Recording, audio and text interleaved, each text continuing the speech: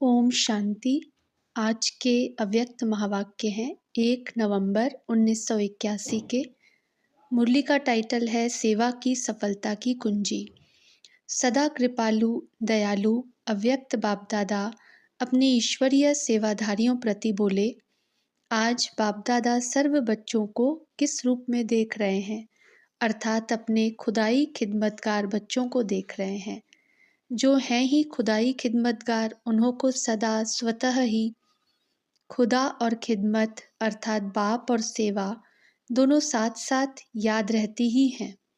वैसे भी आजकल की दुनिया में कोई किसका कार्य नहीं करता व सहयोगी नहीं बनता, तो एक दो को कहते हैं भगवान के नाम से यह काम करो व खुदा के नाम से यह काम करो, क्योंकि समझते हैं भगवान के नाम से सहयोग मिल जाएगा और सफलता भी मिल जाएगी।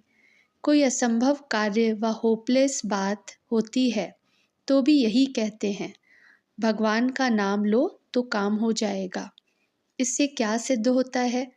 असंभव से संभव, ना उम्मीद से उम्मीदवार कार्य बाप ने आकर किए हैं। तब तो अब तक भी यह कहावत चलती आती है, परंतु आप सब तो हैं ही खुदाई खिदमतकार, सिर्फ भगवान का नाम लेने वाले नहीं, लेकिन भगवान के साथी बन श्रेष्ठ कार्य करने वाले हैं। तो ऐसे खुदाई खिदमतगार बच्चों के हर कार्य सफल हुए ही पड़े हैं। खुदाई खिदमतगार के कार्य में कोई असंभव बात नहीं, सब संभव और सहज है। खुदाई खिदमतगार बच्चों को विश्व परिवर्तन का कार्य क्या मुश्किल लगता है? हुआ ही पड़ा है। ऐसे अनुभव होता है ना? सदा यही अनुभव करते हो कि यह तो अनेक बार किया हुआ है। कोई नई बात ही नहीं लगती। होगा नहीं होगा, कैसे होगा, यह क्वेश्चन ही नहीं उठता, क्योंकि बाप के साथी हो। जबकि अब तक सिर्फ भगवान के नाम से ही काम हो जाते, तो साथ में कार्य करने वाले बच्चों का हर कार्य तो सफल हुआ ही पड़ा है। इसलिए बाप दादा बच्चों को सदा सफलता मूर्त कहते हैं।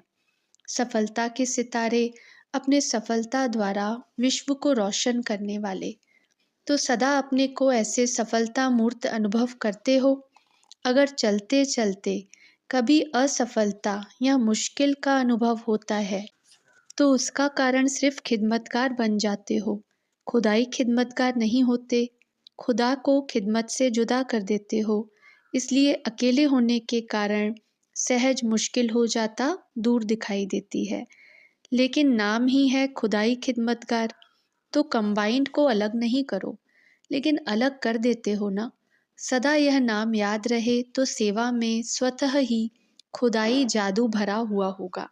सेवा के क्षेत्र में जो भिन्न भिन्न प्रकार के स्वप्रति व सेवा प्रति विघ्न आते हैं, उसका भी कारण सिर्फ यही होता जो स्वयं को सिर्फ सेवाधारी समझते हो। लेकिन ईश्वरीय सेवाधारी सिर्फ सर्विस नहीं, लेकिन गॉडली सर्विस। इसी स्मृति से याद और सेवा स्वतः ही कंबाइंड हो जाती है। याद और सेवा का सदा बैलेंस रहता है। जहाँ बैलेंस है वहाँ स्वयं सदा ब्लिसफुल अर्थात आनंद स्वरूप और अन्य के प्रति सदा ब्लेसिंग अर्थात कृपा दृष्टि सहज ही रहती है। इसके ऊपर कृपा करूं, यह सोचने की भी आवश्यकता नहीं। हो ही कृपालु, सदा का काम ही कृपा करना है। ऐसे अनादि संस्कार स्वरूप हुए हैं। जो विशेष संस्कार होता है वह स्वतः ही कार्य करते रहते हैं, सोच के नहीं करते, लेकिन हो ही जाता है। बार बार यही कहते हो, मेरे संस्कार ऐसे हैं इसीलिए हो ही गया। मेरा भाव नहीं, मेरा लक्ष्य नहीं था, लेकिन हो गया। क्यों? संस्कार हैं। कहते हो ना ऐसे। कई कहते हैं हमने क्रोध नहीं किया, लेकिन मेरे बोलने के संस्कार ही ऐसे हैं। इससे क्या सिद्ध हुआ? अल्पकाल के संस्कार भी स्वतः ही बोल और कर्म कराते रहते हैं। तो सोचो, अनादि ओरिजिनल संस्कार आप श्रेष्ठ आत्माओं के कौन से हैं? सदा संपन्न और सफलता मूर्त, सदा वरदानी और महादानी। तो यह संस्कार स्मृति में रहने से स्वतः ही सर्व प्रति कृपा दृष्टि रहती ही है। अल्पकाल के संस्कारों को अनादि संस्कारों से परिवर्तन करो तो भिन्न भिन्न प्रकार के विघ्न अनादि संस्कार इमर्ज होने से सहज समाप्त हो जाएंगे।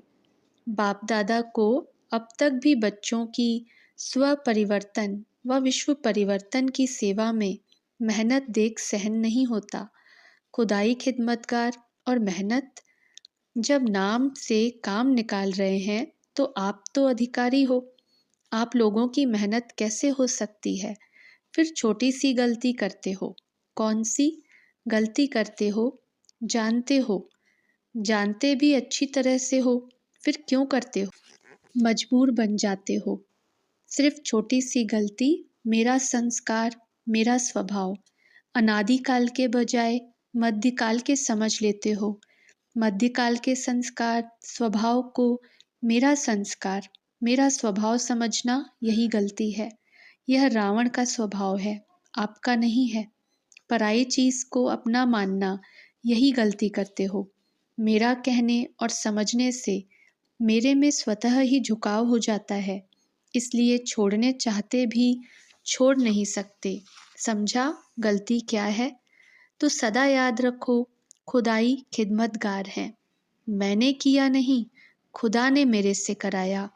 इस एक स्मृति से सहज ही सर्व विघ्नों के बीज को सदा के लिए समाप्त कर दो। सर्व प्रकार के विघ्नों का बीज 2 शब्दों में है। वह कौन से 2 शब्द हैं? जिन शब्दों से ही विघ्न का रूप आता है। विघ्न आने के दरवाजे को जानते हो? तो वह नामी ग्रामी 2 शब्द कौन से हैं? विस्तार तो बहुत है, लेकिन 2 शब्दों में सार आ जाता है। पहला अभिमान और दूसरा अपमान। सेवा के क्षेत्र में विशेष विघ्न इन 2 रास्तों में आता है। या तो मैंने किया, यह अभिमान और अपमान की भावना भिन्न भिन्न विघ्नों के रूप में आ जाती है। जब है ही खुदाई खिदमतगार, करन करावनहार बाप है, तो छोटी सी गलती है ना। इसलिए कहा जाता कि खुदा को जुदा नहीं करो, सेवा में भी कंबाइंड रूप याद रखो, खुदा और खिदमत। तो यह करना नहीं आता, बहुत सहज है, मेहनत से छूट जाएंगे। समझा क्या करना है? अच्छा, ऐसे सदा अनादि संस्कार स्मृति स्वरूप, सदा स्वयं को निमित्त मात्र और बाप को करन करावनहार अनुभव करने वाले, सदा स्वयं अनादि स्वरूप अर्थात ब्लिसफुल, किसी भी प्रकार के विघ्नों के बीच को समाप्त करने में समर्थ आत्माएं, ऐसे सदा बाप के साथी ईश्वरीय सेवाधारियों को बाप दादा का याद, प्यार और नमस्ते। अधर कुमारों से, सभी अपने को बाप के स्नेही और सहयोगी श्रेष्ठ आत्माएं समझते हो ना? सदा यह नशा रहता है कि हम श्रेष्ठ ते श्रेष्ठ आत्माएं हैं, क्योंकि बाप के साथ पाठ बजाने वाली हैं। सारे चक्र के अंदर इस समय बाप के साथ पाठ बजाने के निमित्त बने हो, ऊंच ते ऊंच पाठ बजाने के निमित्त बने हो। ऊंचे ते ऊंचे भगवान के साथ पाठ बजाने वाले कितनी ऊंची आत्माएं हो गईं। लौकिक में भी कोई पद वाले के साथ काम करते हैं, उनको भी कितना नशा रहता है। प्राइम मिनिस्टर के प्राइवेट सेक्रेटरी को भी कितना नशा रहता। तो आप किसके साथ हो? ऊंचे ते ऊंचे बाप के साथ। और फिर उसमें भी विशेषता यह है कि एक कल्प के लिए नहीं, अनेक कल्प यह पाठ बजाया है और सदा बजाते ही रहेंगे, बदली नहीं हो सकता। ऐसे नशे में रहो तो सदा निर्विघ्न रहेंगे। कोई विघ्न तो नहीं आता है ना? वायुमंडल का, वाइब्रेशन का, संग का कोई विघ्न तो नहीं है। कमल पुष्प के समान हो, कमल पुष्प समान न्यारा और प्यारा। बाप का कितना प्यारा बना हूँ, उसका हिसाब न्यारेपन से लगा सकते हो। अगर थोड़ा सा न्यारा है, बाकी फंस जाते हैं, तो प्यारे भी इतने होंगे। जो सदा बाप के प्यारे हैं, उनकी निशानी है स्वतः याद। प्यारी चीज़ स्वतः याद आती है ना, तो यह कल्प कल्प की प्रिय चीज़ है। एक बार बाप के नहीं बने हो, कल्प कल्प बने हो, तो ऐसी प्रिय वस्तु को कैसे भूल सकते। भूलते तब हो जब बाप से भी अधिक कोई व्यक्ति या वस्तु को प्रिय समझते लगते हो। अगर सदा बाप को प्रिय समझते तो भूल नहीं सकते। यह नहीं सोचना पड़ेगा कि याद कैसे करें, लेकिन भूले कैसे, यह आश्चर्य लगेगा। तो नाम अधर कुमार है, लेकिन हो तो ब्रह्मा कुमार। ब्रह्मा कुमार सदा नशे और खुशी में रहेंगे, तो सभी निश्चय बुद्धि विजयी हो ना। अधर कुमार तो अनुभवी कुमार हैं, सब अनुभव कर चुके। अनुभवी कभी भी धोखा नहीं खाते। पास्ट के भी अनुभवी और वर्तमान के भी अनुभवी। एक एक अधर कुमार अपने अनुभवों द्वारा अनेकों का कल्याण कर सकते हैं। यह है विश्व कल्याणकारी ग्रुप। अच्छा, माताओं को प्रवृत्ति में रहते एक बाप दूसरा न कोई, इसी स्मृति में रहती हो, यह चेकिंग करती हो, क्योंकि प्रवृत्ति के वायुमंडल में रहते उस वायुमंडल का असर न हो। सदा बाप के प्यारे रहें, इसके लिए इसी बात की चेकिंग चाहिए। निमित्त मात्र प्रवृत्ति है, लेकिन बाप की याद में रहना। परिवार की सेवा का कितना भी पाठ बजाना पड़े, लेकिन ट्रस्टी होकर बजाना है। ट्रस्टी होंगे तो नष्टो मोहा हो जाएंगे। गृहस्थीपन होगा तो मोह आ जाएगा। बाप याद नहीं आता माना मोह है।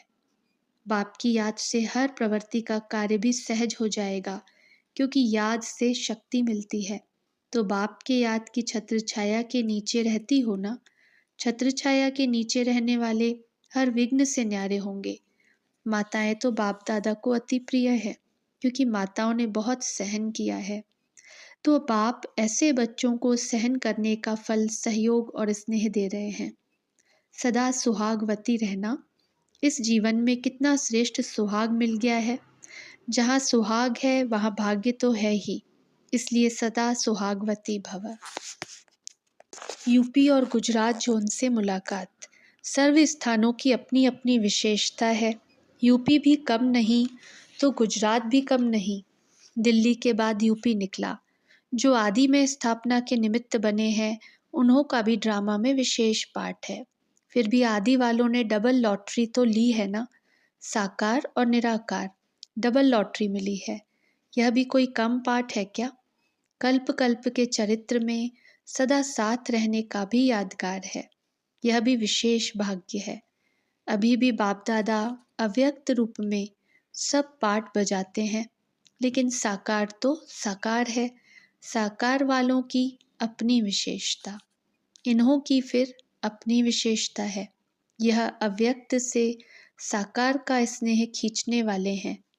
कई हैं जो साकार के साथ रहने वालों से भी अधिक अनुभव अभी करते हैं, तो सब एक दो से आगे हैं। अच्छा, आज यूपी वालों का चांस है।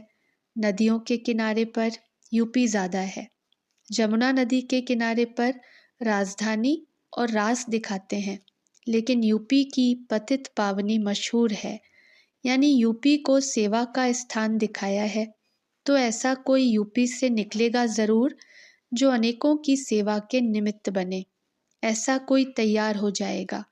जैसे अमेरिका से एक से अनेकों की सेवा हो रही है, ऐसे यूपी से भी कोई निकल आएगा जो एक से अनेकों की सेवा हो जाएगी। आवाज़ तो फैलेगा ना। जब विदेश से आवाज़ आएगा तब सब जाग जाएंगे। अभी एकदम बड़ा वीआईपी नहीं निकला है।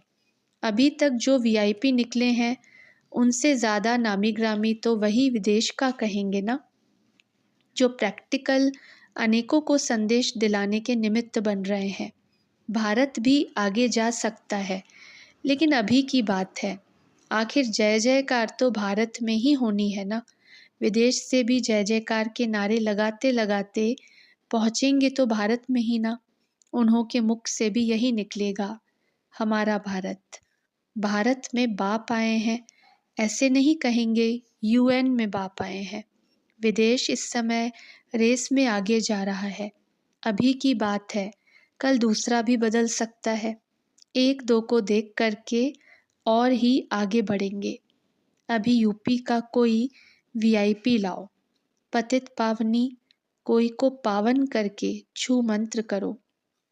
गुजरात वृद्धि में नंबर 1 हो गया है। वीआईपीज भी स्टेज पर आ जाएंगे। ऐसे वीआईपीज हों जो बेहद की सेवा करें। गुजरात का गुजरात में किया, वह तो छोटा माइक हो गया। चारों ओर करें, उसको कहेंगे बड़ा माइक। अच्छा, ओम शांति।